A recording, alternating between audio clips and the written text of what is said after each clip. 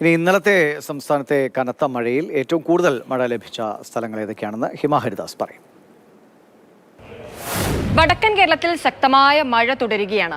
ഇന്നലെയും വടക്കൻ കേരളത്തിന്റെ വിവിധ ജില്ലകളിൽ കണ്ണൂർ, കാസർഗോഡ്, വയനാട് ജില്ലകളിലൊക്കെ ശക്തമായ മഴ ലഭിച്ചിരുന്നു. ഏറ്റവും കൂടുതൽ മഴ ഇന്നലെ രാത്രിയും ഇന്ന് പുലർച്ചെയുമായി ലഭിച്ച പ്രദേശങ്ങൾ ഏതൊക്കെയാണ് എന്ന് നമുക്ക് വളരെ പെട്ടെന്ന് നോക്കാം. ആദ്യം തന്നെ കണ്ണൂർ ജില്ലയിലെ കൊട്ടിയൂരിലാണ് ഏറ്റവും ശക്തമായ മഴ ലഭിച്ചത്. 213 മില്ലിമീറ്റർ മഴയാണ് അവിടെ പെയ്തത്. അടുത്തതായി ഏറ്റവും കൂടുതൽ മഴ ലഭിച്ച പ്രദേശം വീണ്ടും വരുന്നത് കണ്ണൂർ ജില്ലയിൽ തന്നെ ആറളത്താണ്. 132 മില്ലിമീറ്റർ മഴയാണ്. കണ്ണൂർ ജില്ലയുടെ വിവിധ ഇടങ്ങളിൽ വലിയ നാശനഷ്ടങ്ങളും റിപ്പോർട്ട് ചെയ്തിരുന്നു. വീണ്ടും കണ്ണൂർ ജില്ലയിലെ ചെമ്പേരി 122 മില്ലിമീറ്റർ മഴയാണ് പെയ്തത്. ഇനി വരും ദിവസങ്ങളിലും മഴ തുടരുമെന്നാണ് പറയുന്നത്. വടക്കൻ കേരളത്തിൽ തന്നെയായിരിക്കും മഴ ശക്തമാവുക.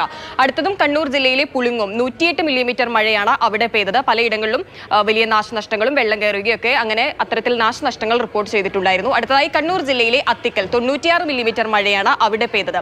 കൂടുതൽ മഴ പെയ്തത് വടക്കൻ കേരളത്തിലാണ് ഇന്നലെ. അടുത്തതായി വരുന്നത് വയനാട് ബാണാസുര സാഗർ അണക്കെട്ടിന്റെ പ്രദേശത്ത് 92 മില്ലിമീറ്റർ മഴയാണ് പെയ്തത്.